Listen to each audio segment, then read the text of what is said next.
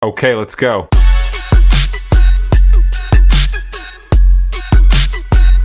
Hello, ladies and gents. Today we are back again with the game Knees Deep demo. And in the last videos, we did the Milo playthrough and then we did the Riley playthrough, which were both interesting in their own ways. So now we are going to do Anthony. And honestly, I'm really curious what his playthrough is going to be. So, further ado, let's get into the video. And also, I am curious what happens if I choose none of them. I wonder if the game just ends. I'll have to try that. Anyway, let's click Anthony. Anthony, work. Come on, there we go. My hands are shaking enough that it takes a couple of tries for my finger to properly tap the button on the screen. Anthony. I chose Anthony. Our echo mentioned he was relatively sane, and the least likely to murder in my name. I don't know him super well yet, but he's been the perfect roommate so far. Respectful, dependable, and willing to meet me halfway with all the chores around the place. Well, if you ignore how often he hogs the washing machine. He's kind of intimidating though, so sometimes I'm not sure what to say to him, or even if he wants to talk at all. Or maybe the scales are so Or maybe the scales are so skewed that even having the lowest threat level still means he's just that, a threat. Well, I think last night just took the top spot on my worst sleeps ever leaderboard. Somehow I managed to cobble a few hours of sleep together, but as I sit up and stretch, I feel my body forgot to do any real resting. The thoughts about Heart Echo, the deranged thing, read on it, kept bouncing around in the corners of my mind like those retro DVD screensavers. All the frantic pacing around my room must tucker me out because my body hits the bed before I can even process what's happening. Two firm knocks rap against my door. I jolt into the air, muscles seizing. I barely managed to hold an undignified yelp. Oh, sorry guys, I gotta check something. Alright, we're all good. Too firm. Okay, I already read it. You aren't gonna snooze that alarm at fifth time, are you? Anthony, at the sound of his voice, the cavalcade of emotions I felt last night flooded back into me. Is he dangerous? The app says so. Am I even safe in my own dorm anymore? Dreamland's closed for the day. Come on, get something. Damn it! I'm struggling to read. Dreamland's closed for the day. Come on, got something for you here. What the fuck's Dreamland? Wait. Is my character dreaming? I'm so confused what's happening. He sounds just how he always does. I shake my head, hoping it'll clear my thoughts. I might be putting too much stock into the random malware that's installed itself onto my phone. It's curiosity that grants me the strength to emerge from my blanket cocoon. Outside, I spot Anthony lounging on the couch nursing a drink. Something hot, judging by the little tendrils of steam wafting up from the top of the mug. There you are. Here, sit, drink. I pat my way over to the couch, footsteps muffled by fuzzy socks, and take a seat next to my roommate. It's hot here. Hold the front. You can grab the handle. Anthony gingerly hands me a hot mug of coffee. The mug is small, a fact I registered as my hand brushes against Anthony's just as curious. I almost drop the tiny thing when I feel how hot his fingertips are, near scalding as he holds the mug steady for me. Thanks. I'm gonna need this if I aspire to be anything more than a zombie shambling around campus today. Anthony lets out an affirmative grunt as I bring the caffeinated goodness to my lips. I make a positive noise of my own. It's pretty good cup of coffee. Like it? It's perfect. How do you guess the right amount of milk and sugar to add? Anthony shifts on the couch. You mentioned your coffee order during one of your post-class rambles. I improvised with that in mind. Huh? I didn't think Anthony really paid that much attention when I went on about my day. I don't even remember when I told him that little tidbit. Mission accomplished then. This is delicious. Maybe I can save a few dollars and skip the caf every day, then since I have a barista living in my own dorm. I can grab some nice ingredients if you want. Flavored syrups? Bitter grounds? That sort of thing? I think I'd like that, and you might too. I mean, black coffee? A little sweetness won't kill you, you know. Tastes alright. It works. Never needed to try anything else. I make a face. I didn't like it at first either. Too bitter, but I keep trying. Everyone goes crazy for the stuff. I wanted to know why. I found out eventually. Once you overcome the bitterness, there's all kinds of notes. Nuts, chocolate, spice. They're faint, but they're. Coffee's complex. Instead of appreciating it, people dilute those flavors. They brute force the bitterness away with sweetness. I think this is the most Anthony has ever said to me. I want to keep the moment going, but a horrible realization hits me. The fact that you got all this from instant coffee is seriously impressive. I think it's worth introducing to all the delicious flavors in the chocolate factory. Flavors in the chocolate factory, Charlie, but maybe later. Looking at my phone reminds me of how close I'm cutting it before my next class. You might have been right about all that snoozing. I'm gonna have to book it to make it to class on time. It pains me, but I get up from the couch skating for my book bag. Wait, you didn't eat any? No time, the coffee will sustain me. Trust. I can almost hear Anthony's eye roll as I race to grab my bag and rush out the door. By the skin of my teeth, I make it to my art history lecture on time. If I didn't have caffeine pumping through my system, I probably would have passed out from exhaustion with how fast I sprinted onto campus. Professor Lane lets out an exasperated sigh as I enter the lecture hall. I do my best to not make direct eye contact with anyone as I shimmy toward the only empty seat in the lecture hall. As I settle in, I hear a familiar laugh. Someone's a little tardy to the party. Miss your alarm? Or did her favorite brooding Doberman reveal himself to actually be a yappy little chihuahua? Yappy little chihuahua. I can't imagine Anthony as a chihuahua. No. Oh wait, I thought he was talking about me. Was he talking about Anthony? Shit. Okay, my bad. I can't imagine Anthony as a chihuahua. No, but we did sit and enjoy some instant coffee together for a bit after I snoozed my alarm too many times. Milo raised an eyebrow, dumbfounded expression forming on his face. He gave you some of that bitter burnt sludge, and you drank it willingly? Is everything alright in that dorm? Should I alert the authorities or something? I should have guessed that homebrew coffee wouldn't be Milo's cup of tea. I stifle a laugh at the thought. He's such a coffee snob. Not all of us have round-the-clock access to a $10,000 miracle machine. Milo. Besides, I certainly couldn't taste any sludge underneath the cream and sugar Anthony added. It wasn't a calf-quality latte, true, but he made the most out of what he had lying around the dorm. The gesture was sweet enough. Milo doesn't look convinced, but he drops the subject in favor of Professor Lane's lecture. I follow suit, jotting down notes on a fresh page in my loose leaf. The use of shadow or negative space can amplify. I can't talk. The use of shadow or negative space can amplify the intensity of light in a painting's composition. This technique is called a chiaroscuro. Okay, I said that wrong. Oh well. It's most strongly associated with the Baroque period. Okay. Class is over. Right. After I finished my classes for the day, I head over to the park near the edge of campus. Most people prefer to study at the caf or the library. I'm a fan of those spots too, but sometimes they feel a little claustrophobic.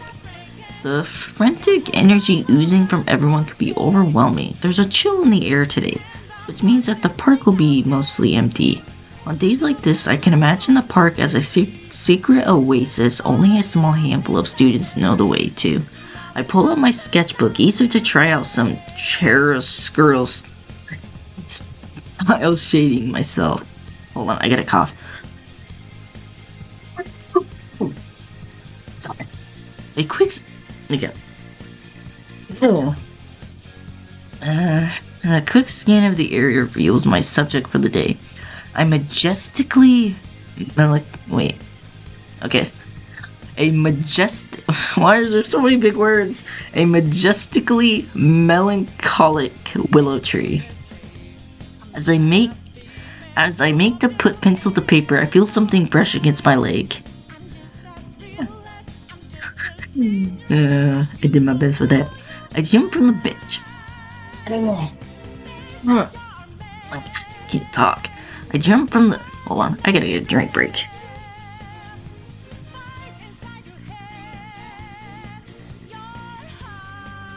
Okay, I jump on the bench, my sketch pad I can't talk. My sketch pad flies from my hands and thumps into the grass. The sound triggers another. Some leaves rustling under the bench. A pigeon, maybe? Or a rabbit? Yeah, it's probably a giant piggy! Come out of the bushes!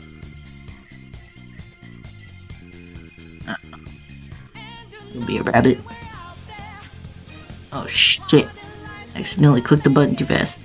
Anyway, okay. Oh wait, is it an actual animal? I thought my character was just guessing. Okay, so examine the cat's posture. Make eye contact with the cat. Look for a collar. I guess we could look for a collar. See if it has an owner. Did someone lose their cat, or am I dealing with a stray? I ponder the question as I inspect the cat's neck for any signs of a collar. Nope, no collar in sight. A stray it is then. It might not recognize commands I tried to give it. Find something to bribe the cat with. Show your palm to the cat. No, I feel like... I guess we could bribe the cat, but I guess we could pull their palm out, see what it does. As I extend my palm toward the cat, it bristles. I wait a spell before trying again. It looks less alarmed this time around, but it makes no move to inspect my hand. Okay, maybe we can share the bench then. Me up top and you under there. Does that work for you, little guy? The cat responds with the same steady gaze it gives me this entire time. It doesn't seem keen to move from its leaf bed. Slowly, I grab my sketchbook off the ground and sit back down, giving the cat as much space as I can. Back to more important business, I draw a moody I'm struggling with talking. Okay. I can't get the words out.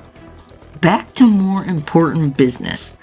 Drawing a moody willow tree with some, whatever the fuck, Baroku, whatever the fuck this is, glare. It takes a minute to get in the zone. Before I know it, my pencil begins gliding along the surface of my sketchbook like the breeze against a willow tree. At some point, the cat joins me on the bench. I welcome the company. I stay in the creative flow for who knows how long until the breeze turns a little less gentle. Fucking motion, probably. The paper in my sketchbook whips erratically as the wind fits the tree.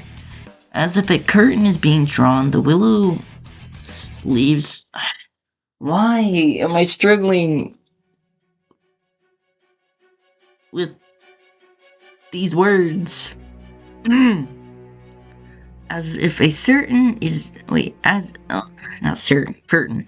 As if a curtain is being drawn, the willow's leaves part to reveal a figure lounging on a hefty branch near the tree trunk.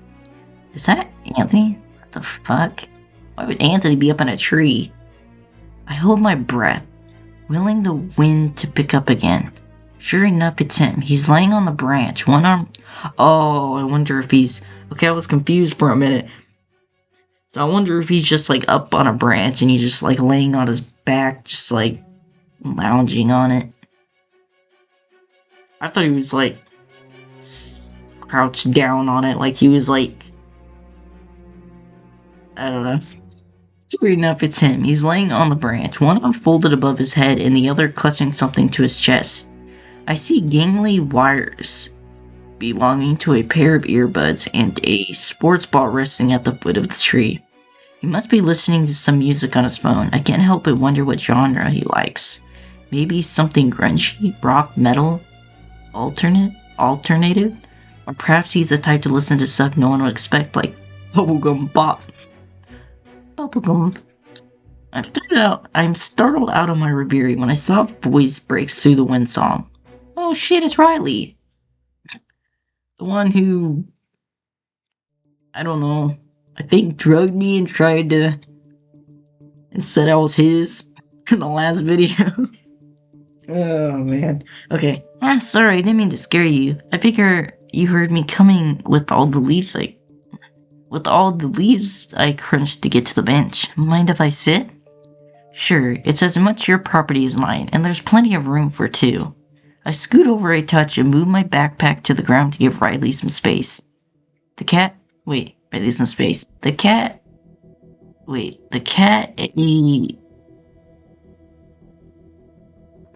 think that's a grammar.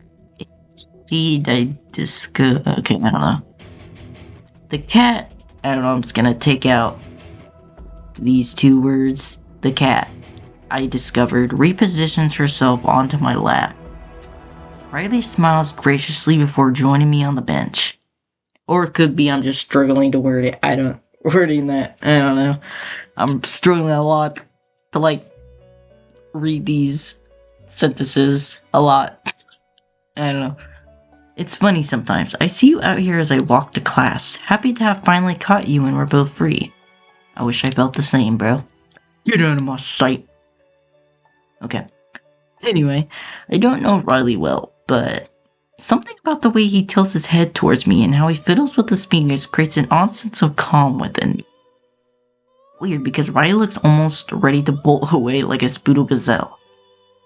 It's nice is all.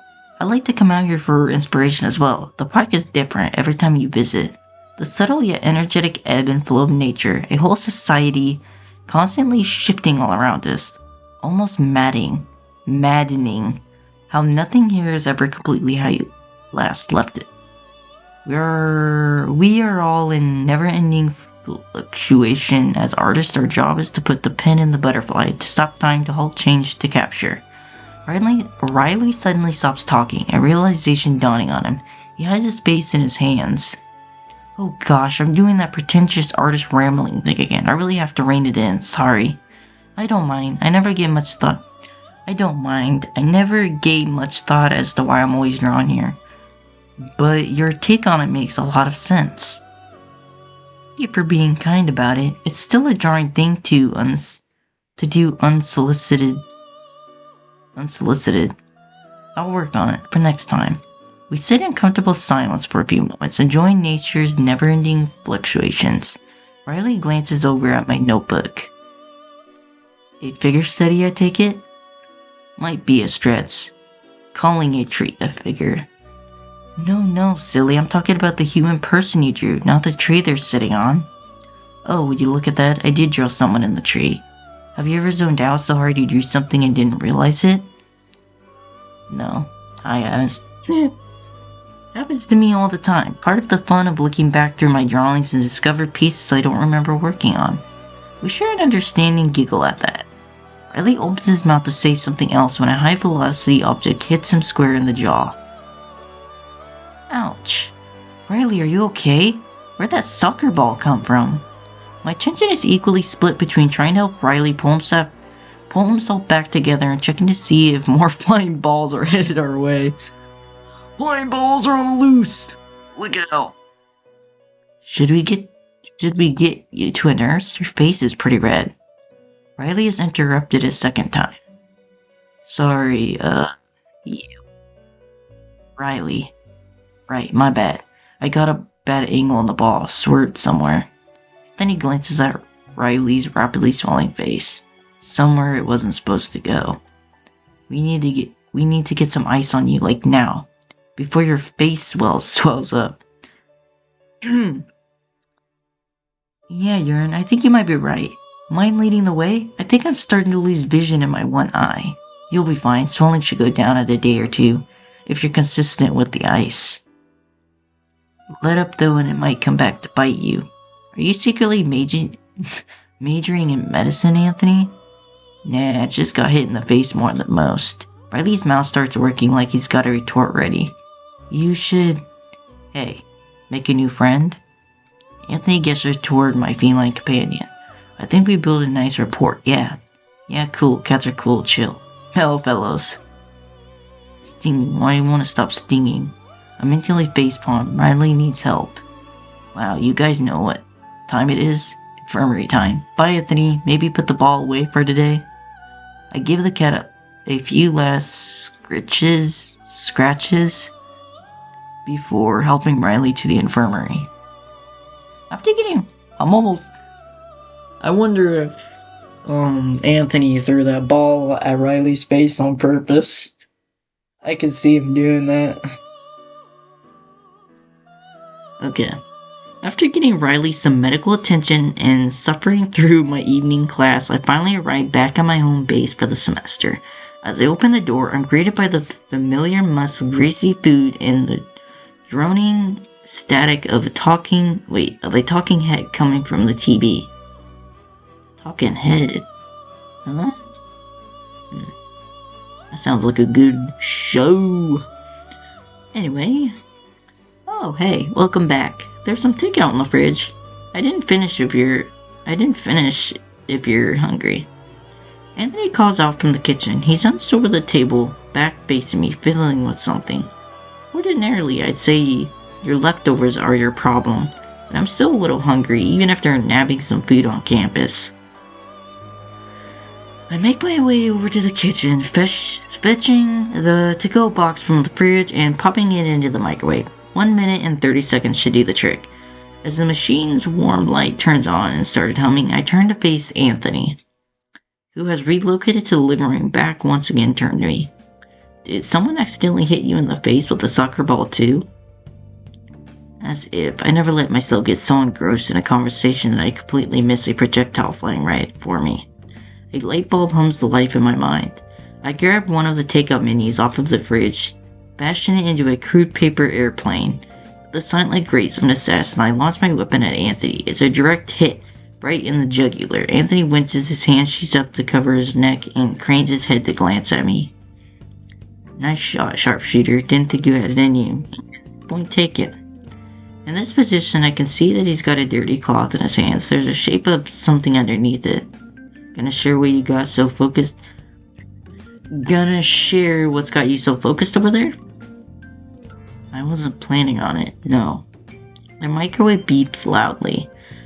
I sigh to myself, spinning around to grab the remnants of Anthony's dinner and join him on the sofa. He shuffles, eyes darting in the direction of his room before landing back on me. Might have been smarter to have done this in my room. I was trying to not freak you out. Don't freak out, okay? It's just a prop. That's surely for sure not an ominous thing to say, but I'll do my best. I steel myself as Anthony removes the cloth to reveal a gun. That's a gun. No shit. Yep, like I said, it's not real or anything. Replicas sometimes look realer than the real things nowadays. I got it from the film department for a project, a personal thing, directed study. Professor Eleanor's helping me out. Perfectly harmless to you. I can make sure you don't see it again though. Fake or not, I know this kind of stuff can make people not feel safe. You are safe here for the record. That's not something you should worry about. I don't have any reason to think otherwise, but thanks. So you borrowed a prop gun? I'm curious. Why do you have it here? Thought it'd be rude to return it so dirty, see? He holds up the piece of cloth. Black stains has colored the otherwise white sheet. Soot collects inside, can damage the gun if you leave it to sit in there too long. Nothing actually shoots, enough to look realistic. I'm no gun expert, so I take Anthony at his word. Honestly, the gun is making me a bit nervous. I rack my brain for a topic change. Anthony covers up the gun with the cloth again and wordlessly heads to his room. I relax into the couch. TV broadcast, Tone 82nd Street. The victim who has yet to be identified. Anthony re-enters our common space. Can he? Oh, the leftovers. I should eat some. Hopefully it hasn't gone cold. I think as I bring it for fold to my mouth. TV broadcast. 3 wounds to a chest area. Police believe from gunfire. The investigation remains ongoing. I wonder. Oh, Anthony shot someone. Oh, it's like a hitman or something. Cause he got his blood all over his clothes or something. That or he's like some kind of serial killer or something. Or murder. I don't fucking know. Okay. The food is ice on my tongue. I barely managed to resist the urge to spit out the cold cardboard rice in my mouth. TV broadcast. Contestant number 1. Behind one of these 3 curtains is a new car. How do we get from, like, a dude being shot to, like, a car? Oh, jeez. Can you guess which? Want me to heat that back up? Oh, sure. Probably should have left it in there longer to start with. If it got cold that quick. Anthony? Sorry, I got a cop. And take a drink break. So it's talking.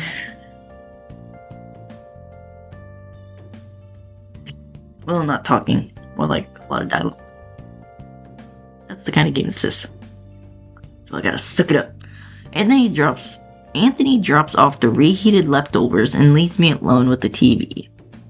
A game show lights up the screen. Anthony must have changed the channel. That was kind of him.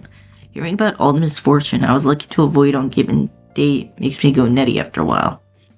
I tried my best to focus on the charismatic show host, anything to take my mind off the guns and murder.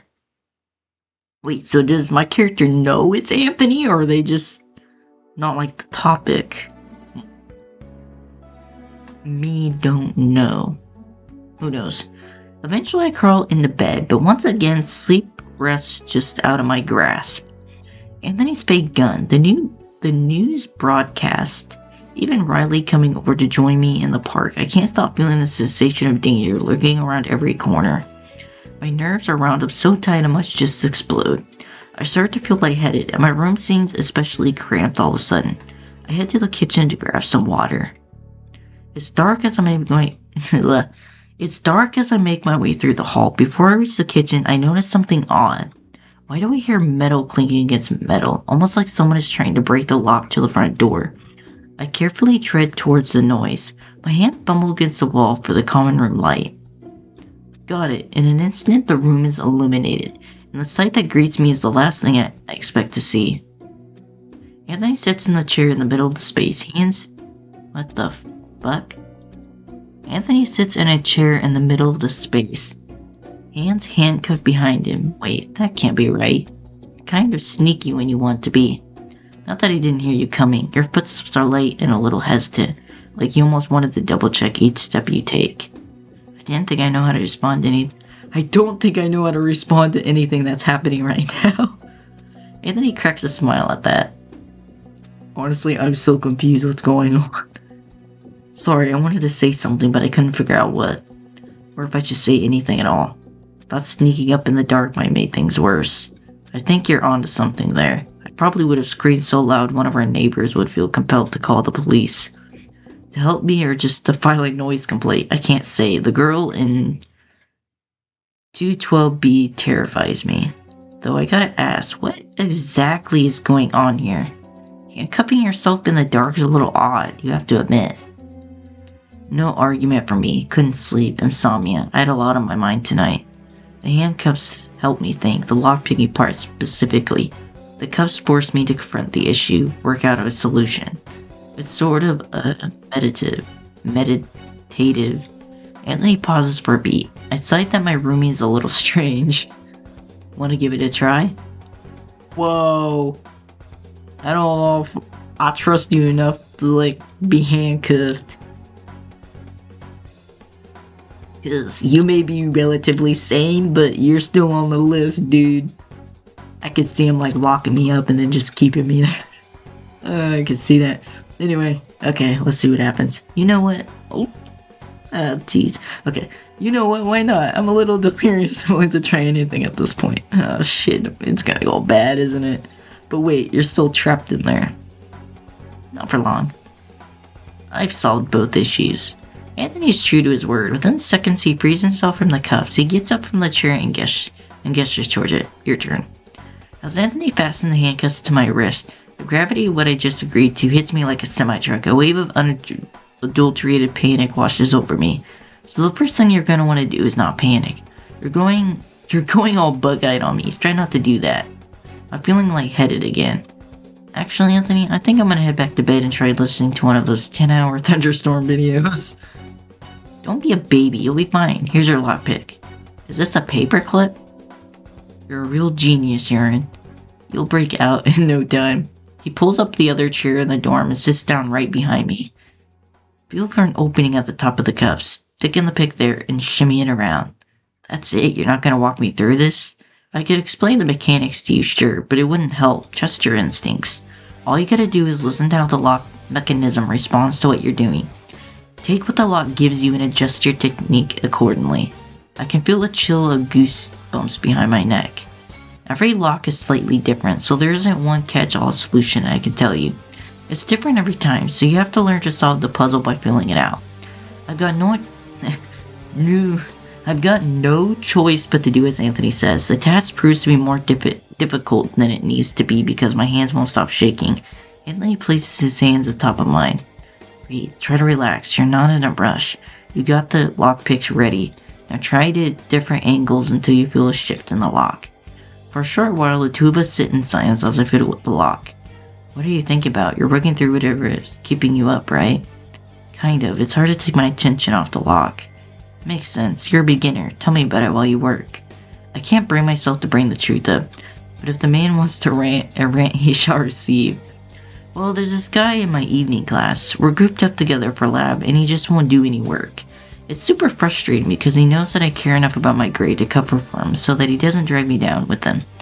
Guy's a leech, and all his name-brand clothes he likes to show off are dupes. Something metal drops to the floor. Well, you did it. Congratulations. Ooh, okay, nothing bad happens. Honestly, I thought something bad was gonna happen as soon as he mentioned if I wanted to get handcuffed, so whew. Well, you did it. Congratulations, Jurgens. You picked your first lock. Holy, I picked a lock. I picked a lock off a pair of handcuffs with a paperclip.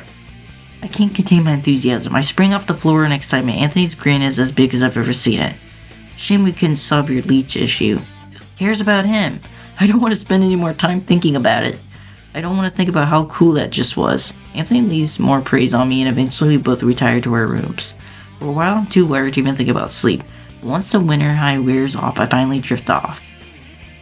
It's amazing what a good night's sleep can do for a person. I definitely needed that after everything that's happened the past few days.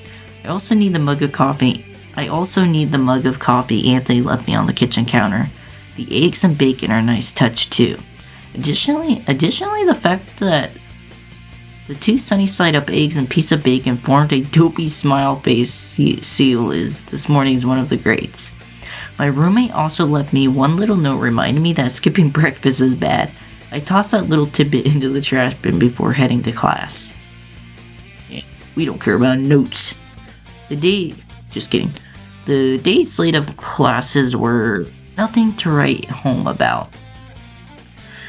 Not too boring, but nothing spectacular either. With classes out of the way, I began to make my way across the quad to retreat to my green oasis in the park. En route, I spot the guy dubbed the leech last night. We make eye contact, and my stomach sinks as he bounds over to me. Yo, Art Chart, we gotta talk.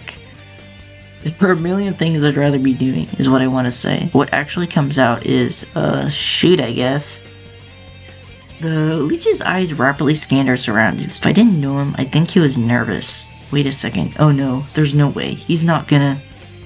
I'll spill the stupid lab assignments with you, okay? I think my lucky stars that the worst case scenario didn't just play out. But wait, what did he just say? You... what? You deaf now? I said I'd help you out and stuff. I'm glad to hear that? Okay, message received. Good. Now tell your little motorcycle boyfriend to lay off me. Got it? Motorcycle boyfriend? Leech rolls his eyes and smacks his tongue against the roof of his mouth. Man, I frickin' did what he told me to do. I don't gotta deal with your brain damage. I'll see you in class. We gotta shoot there now. I can only watch as the leech stomps away. Why is everyone being weird around me? Apparently I said that last part out loud as I get a response. A meow from the cat I befriended yesterday. I give him a few good pets before setting down my backpack and to fetch something special for the sweet girl. I made sure to prep a little bag of dried fruits last night just in case I ever ran into the park buddy again. She gobbled up the fruit, stuffing the last few pieces into her mouth before scampering off. As I finish up homework assignment in the park, my phone buzzes. A text from Anthony. He's asking me to meet him in the quad. Easy enough, the park isn't too far from the quad anyway. A few minutes later, there I am, waiting on the curb of the road leading into campus. I hear it before I see it. An almost painfully loud rumbling gets closer and closer as the owner of the sound finally comes into view. A motorcycle pulls up next to me, midnight black and twinkling. The rider, face obscured by the helmet, opens a compartment on the bike and offers me a near identical helmet. I motion to the rider to take off his helmet. This is definitely Anthony. I don't know anyone else who dresses like him, the man in front of me, but we need to have a chat first. The rider does as asked, genuinely removing the helmet, obscuring his face. Hey, you showed. Up for a little ride around town? Nice bike. Yeah, maybe I am. One of the first things I bought and paid for on my own dime, a real mechanical masterwork. And maybe it isn't a yes. Correct, so I take it you're the one the leech called my motorcycle boyfriend? Anthony's brows shoot up straight up as his eyes widen. It takes him a beat to utter the words he's clearly confused by. Boyfriend? That's what he said. The one that got a color... That's what he said. That one's got a colorful vocabulary, that's for sure. So you talked to him? Got him to magically change his mind about being, well, a leech? Yeah, pretty much. I ran into him, got mad, said my piece, he understood me perfectly. Right, you know what, I won't ask. Thanks for having my back. Whatever you said to him really worked. I owe you a solution to your problem, didn't I? Just following through. He pauses, looks over his shoulder what I to say bashfulness, but it's hard to tell with Anthony. Great, steppy time's over. Now you gonna grab onto my back and throw the helmet on? The two of us race around town on Anthony's motorcycle, holding his waist tightly. I crane my head to the side to watch the buildings pass by in a blur. We seem to be gaining elevation. Anthony's pressure on the gas pedal steadily increases, forcing me to hold on tighter. Anthony's solid. I can feel the way his core muscles flex to hold him steady on the bike. It's a little dizzying, but I'm saved as the motorcycle finally comes to a halt. I hop off the bike, eager to put a bit of distance between us for a second. We arrived at a cliff overlooking the college town below. You can see our campus clearly from here too. Anthony sat down in some grass, leaning back against the bike. His feet dangled over the overlook. I joined him, sit cross-legged so I don't accidentally take a tumble down a large hill. See that building next to the old admin office? There's a window, 2 of them, really, 3 floors up. 5 away from the leftmost one. He pauses. The light's on. She's home. My sister, Eleanor, she's worried about me. I don't know how to reassure her. I try to give her space, let her do her job, but I worry too. She tells me not to, but I can't help it. I come here to worry. We eat dinner together sometimes. I stay with her when she cries in her room. Sometimes I wait for her to turn off the lights and tuck in for the night. Out here, I can be a sentry. Make sure she's safe. Wait, sentry? From Thunderbolts? Anyway, again. He shakes his head, trying to slide off his reverie. Wait, is he talking about Eleanor, like, professor? Are they, like, siblings? I'm confused. Sorry, I brought you here so you can enjoy the view. It's fine, Anthony. You're fine. I keep you company while you worry. We sit like that until the sun finally retreats from the horizon. I don't know what to make of the evening, but I feel closer to Anthony and I think he feels more comfortable with me too. We get back to our dorm late, each of us heading to our own dens of respite. I flop on my bed, popping in my headphones and play some music. My jam session is interrupted by the sound of the front door clicking open. I jump out of bed. Anthony's mentioned doing a grocery run soon. There's some stuff I wanted to add to our list. I almost trip over myself trying to hustle to the door to catch my roommate in time. Anthony, where are you headed? Grocery run? It's late. Grocery store's closed. I've got a meeting with my study group. Don't wait up or anything. You know how these sessions can drag on. I'll try to be more quiet when I come back. Sure, have fun. Hope your brain doesn't explode. A faint smile, just the smallest turn of his lips. Thanks. At that, Anthony leaves the dorm. I decide to chill in the living room when I realize I forgot to pick up a package in the mailroom on the first floor. I throw in some sweats for the journey, but there's one small issue.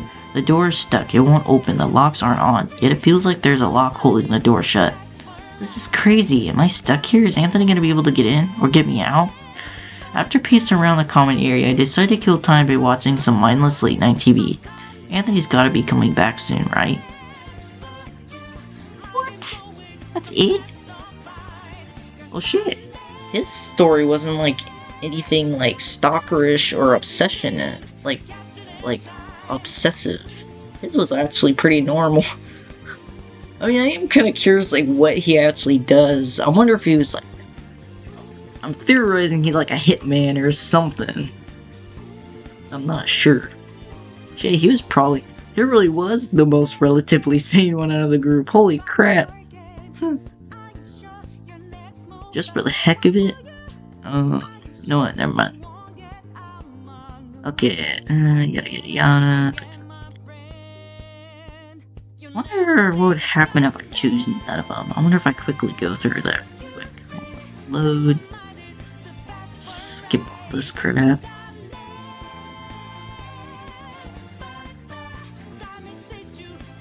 Skip. I wonder if it'll just... It could be it'll just end the game, but it would be interesting to see what happens. Well shit, Anthony was the more tame one. Huh.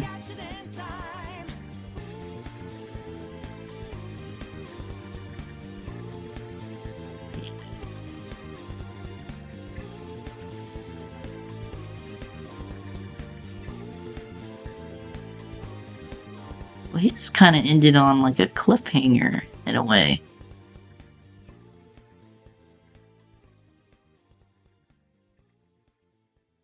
Because we got to see like the evils, like the messed up side of both Milo and... Because we got to see the messed up side of Riley and, what's his name? Milo and Riley, we both got to see like the messed up sides of them, so I was kind of expecting that for like... I was kind of expecting it to show that for...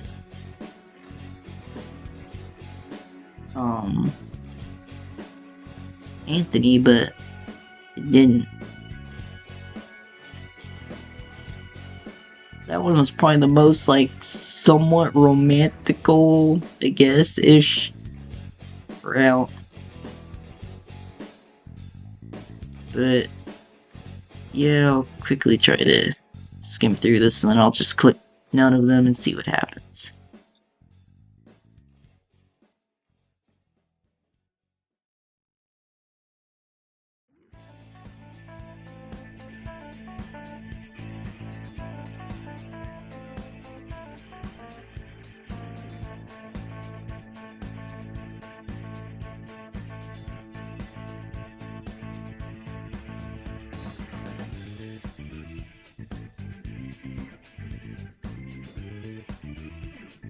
Okay, so here we are. Okay, so I already played the Milo Riley, so I wonder what happens if I choose none of them. I choose none of them. I chose normalcy. I choose safety. I get a call. The screen flashes. Cap. I'm not that close with him yet, but curiosity gets the better of me. Hello? You're in. His voice is flat, devoid of its usual playful smirk. Oh shit. So none of them is like, oh, I wonder if that's like, it's like a hint for like the unknown one. So Cal is the unknown, okay. Anyway, his voice is flat, devoid of its usual playful smirk. I have to say, I'm really disappointed in you. Disappointed? What are you talking about? Oh, never mind. He's not a player, he's just He just stared. Tell me I gave up. The game, you just gave up. You had the most fascinating variables, the perfect setup, and you chose the most boring ending imaginable. It's a narrative tragedy. Cal, what game? You're not making any sense. Of course not, that's the point. Look, I'm a generous guy. I believe in second chances, so I'm going to ask you to restart. Try again, make more interesting choice this time. You completely lost me. Is this about the heart echo? I hear a laugh from the other side. Anyway, I send you a little incentive. Go to the board. It should be at your door. His tone lightens suddenly, becoming conversational. Funny story, actually. There was a little shipping mix-up. I ordered a deluxe maid outfit. Black lace trim, very specific instructions, but I think you got my other package instead. A cool dread trickles down my spine. A gift at my door? Cal, what did you do? Don't worry, the frills were probably overkill anyway.